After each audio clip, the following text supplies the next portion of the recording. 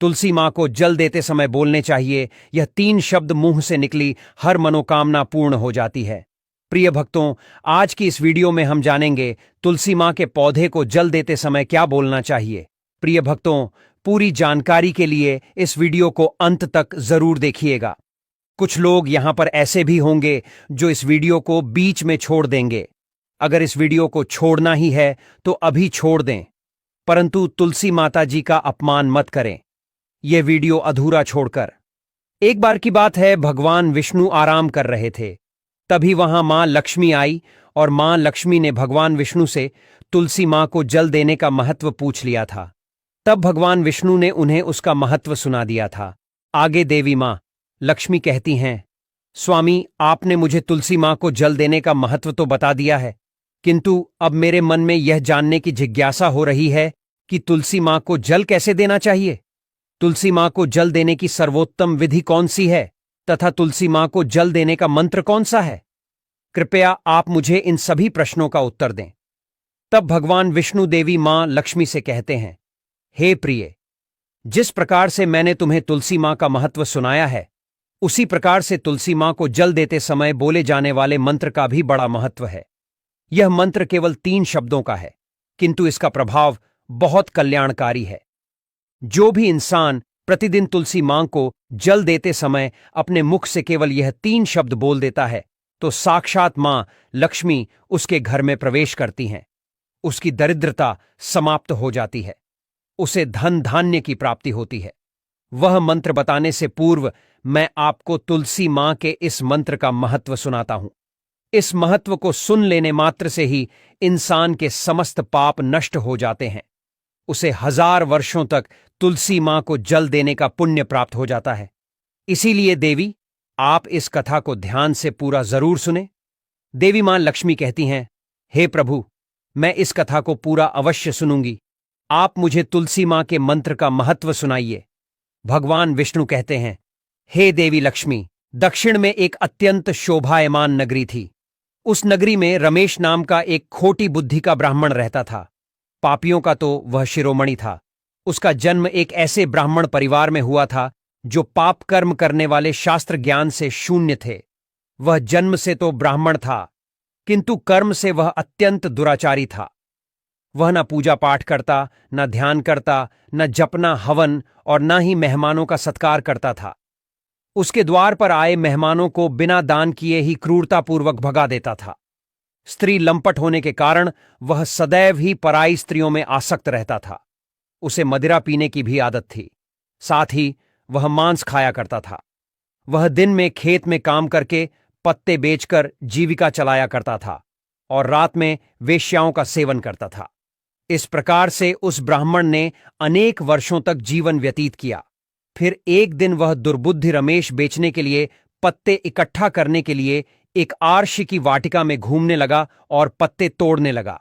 तभी एक काल रूपधारी काले सर्प ने उस ब्राह्मण को काट लिया और उसी समय पर उसकी मृत्यु हो गई। उसके बाद 2 यम के दूत उसे लेने के लिए उस स्थान पर प्रकट हुए और उसे उठाकर यमलोक ले जाने लगे। मार्ग में वह यमदूतों के सामने बहुत विलाप करने लगा, हे दूतों, मुझे कहां ले जा रहे हो? मुझे छोड़ दो, मेरे प्राण बख्श दो। किंतु यमदूत उसे यह कहते हुए ले जाने लगे, अरे दुष्ट ब्राह्मण, तेरे पाप कर्मों के कारण तुझे सांप ने काट लिया है। अब यमदेव तुझे अवश्य घोर नरक में डाल देंगे। फिर यम के दूत उस ब्राह्मण को लेकर यमलोक पहुंचते हैं और यमदेव के सामने खड़े हो जाते हैं। चित्रगुप्त उस ब्राह्मण का लेखा जोखा निकालते हैं और यमदेव से कहते हैं, हे धर्मराज, इस ब्राह्मण ने बचपन से लेकर मृत्यु तक पाप ही पाप किया है। इसने कभी कोई पुण्य का काम नहीं किया है। फिर धर्मराज अपने दूतों से कहते हैं, हे दूतों, इस घोर पाप करने वाले ब्राह्मण को उठाकर ले जाओ और इसे नरक में डाल दो। फिर यम के दूत उस ब्राह्मण को ले जाते हैं और नरक की भयंकर अग्नि में धकेल देते हैं। अनेक वर्षों तक नरक में सजा भुगतने के बाद उस ब्राह्मण को दूसरे जन्म में एक बैल का शरीर मिलता है। बैल का जन्म पाकर वह बोझ उठाने का काम करने लगा। उसका मालिक उससे दिन रात काम करवाने लगा।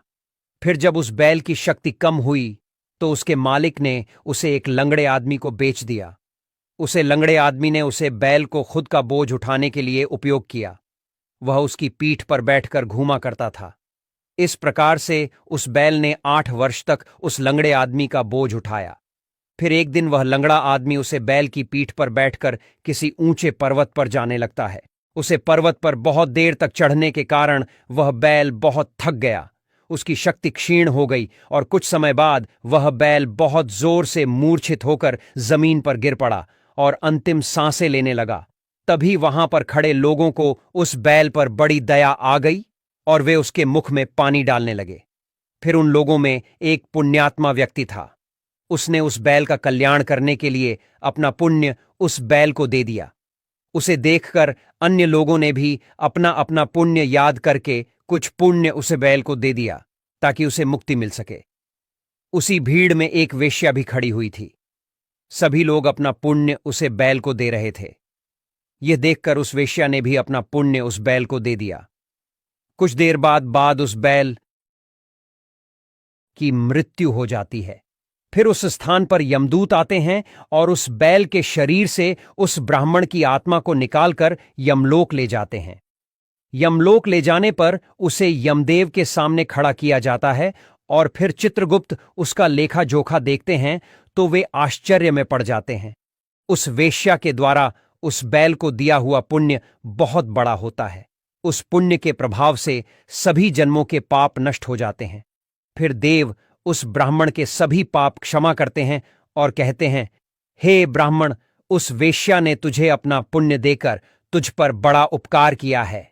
केवल उसी के पुण्य के कारण तुम्हारे सब जन्मों के पाप नष्ट हो गए हैं और यमदेव उसे फिर से इंसान जन्म प्रदान करते हैं। इस बार वह पृथ्वी पर आकर एक उत्तम ब्राह्मण कुल में जन्म लेता है। उसे महापुण्य के प्रभाव से उसे इस नए जन्म में अपने पूर्व जन्म की बातें याद आने लगती हैं। जब वह ब्राह्मण बड़ा हो जाता है तो उसे याद आता है कि पिछले जन्म में जब वह बैल था तब एक वेश्या ने उसे उसका पुण्य दे दिया था। इसीलिए उसके मन में उस वेश्या के बारे में जानने की इच्छा होती है और उसे महापुण्य के बारे में जानने के लिए उसे वेश्या का पता लगाकर उसे ढूंढते हुए उसके नगर में चला जाता है। वह वेश्या अब बूढ़ी हो चुकी थी। फिर जब उसे वह वेश्या मिल जाती है तो वह उसके सामने जाकर उससे बार बार प्रणाम करता है और उस वेश्या का धन्यवाद करने लगता है। वह वेश्या कहने लगती है, हे ब्राह्मण श्रेष्ठ, आप कौन हैं और किस कारणवश आप मुझ वेश्या को धन्यवाद दे रहे हैं? मैंने आपका कौन सा कार्य किया है जो आप मुझे नमस्कार कर रहे हैं? तब वह ब्राह्मण कहता है, हे मां, मैं वही बैल हूं जिसे तुमने अपना पुण्य दे डाला था। अपने पाप कर्मों के कारण मुझे पिछले जन्म में बैल होना पड़ा था। उसे पर्वत पर जब मैं मर रहा था तो तुमने मुझे अब पुण्य दिया था। तुम्हारे पुण्य के प्रभाव से ही आज मुझे फिर से इंसान जन्म मिला है। तुम्हारे द्वारा दिए गए उसी पुण्य के कारण मुझे अपने पूर्व जन्म की सारी बातें याद है। किंतु हे मां, मैं आज यहां पर यह जानने के लिए आया हूं कि तुमने मुझे उस समय पर अपना कौन सा पुण्य दिया था जिस कारण से मेरे सभी जन्मों के पाप नष्ट हो चुके हैं। मैं उस पुण्य के बारे में जानना चाहता हूं। तब वेश्या ने कहा, हे ब्राह्मण श्रेष्ठ, मैंने तो अपने जीवन में कोई पुण्य के काम नहीं किए हैं, किंतु मेरे घर में एक तोता है जो पिंजरे में रहकर हमेशा कुछ बोलता रहता है, जिसे सुनकर मेरा अंतकरण पवित्र हो गया है। उसी तोते के द्वारा बोले गए मंत्र का पुण्य मैंने तुम्हें दान में दिया था। फिर वह वैश्य और वह ब्राह्मण उस तोते के पास जाते हैं और उसे पूछने लगते हैं, हे शुक, तुम कौन सा मंत्र बोलते रहते हो जिससे हमारे जीवन का उद्धार हो हुआ है? यह मंत्र तुम्हें किसने सिखाया और इस मंत्र का क्या अर्थ होता है? तब उस तोते ने अपने पूर्व जन्म का वृतांत सुनाना आरंभ किया। वह तोता कहने लगा, हे ब्राह्मण श्रेष्ठ, पिछले जन्म में मैं एक ब्राह्मण था। मैं अपने ज्ञान के अहंकार में अंधा हो चुका था। मैंने कभी बड़ों का आदर नहीं किया, सदैव ही उनका अपमान किया। मुझे अपने ज्ञान पर इतना अधिक घमंड हो गया था कि जिस कारण से मेरा क्रोध बहुत अधिक बढ़ गया और मैं सभी से द्वेष करने लगा, अन्य मनुष्यों को तुच्छ समझने लगा, विद्वानों का भरी सभा में अपमान करने लगा। फिर कालांतर में मेरी मृत्यु हो गई और मुझे यमलोक ले जाया गया। पूज्यजनों और गुरुजनों का अपमान करने के कारण मुझे तोते के कुल में डाल दिया गया और मेरा जन्म एक तोते के रूप में हो गया। मेरे पाप कर्मों के कारण छोटी अवस्था में ही मेरा अपने माता पिता से हो गया। फिर मैं पेड़ की डाल पर बैठकर रो रहा था तो उसी स्थान से कुछ मुनि जा रहे थे। उन्होंने मेरी दयनीय पुकार सुनी और मुझे लेकर अपने आश्रम में चले गए। वहां उस आश्रम पर उन्होंने मुझे एक सुंदर पिंजरे में रखा और मेरा अच्छी तरह से ख्याल रखा। वे मुझे प्रतिदिन भोजन दिया करते थे और पढ़ते थे। उस स्थान पर वे आर्ष मुनि, उनकी स्त्रियां और बालक सभी प्रतिदिन तुलसी के पौधे को जल देते थे और उसके सामने एक मंत्र का जाप करते थे। उन्हीं के मुख बार बार उस मंत्र को सुनकर मैंने उसे रट लिया और तभी से मैं उस मंत्र को जान गया हूं और वही मंत्र मैं दिन रात बोलता हूं। उसे मंत्र के प्रभाव से मेरी कभी मृत्यु नहीं हुई और मेरी आयु 100 वर्ष की हो गई और मैं इतने वर्षों तक जीवित रहा। इसी बीच एक रात को एक चोर उस स्थान पर आ गया और उसने मुझे वहां से चुरा लिया और फिर इस वेश्या ने मुझे उस चोर से खरीद लिया। इस वेश्या के घर पर आने के बाद भी मैं उस मंत्र को झूठ बोलता रहता था, जिसे सुनकर इस वेश्या का मन भी पवित्र हो गया और मैं वेश्या का काम छोड़कर भगवान विष्णु की भक्ति करने लगी। उसी मंत्र के प्रभाव से मेरे पूर्व जन्मों के सभी पाप नष्ट हो गए और उसी मंत्र के प्रभाव से इस वेश्या का भी अंतकरण पवित्र हो गया है। ब्राह्मण देवता, उसी मंत्र के पुण्य से आप भी पाप मुक्त हो गए हैं। इस प्रकार से तोते ने उस ब्राह्मण को और उस वेश्या को सारा वृतांत सुना दिया, जिसे सुनकर वह ब्राह्मण और वेश्या दोनों ही अत्यंत प्रसन्न हुए और फिर वे दोनों ही प्रतिदिन तुलसी मां को जल देकर उस मंत्र का जाप करने लगे। फिर वेश्या और वह ब्राह्मण तीनों उस मंत्र के प्रभाव से दिव्य विमान में बैठकर विष्णु लोक को चले गए।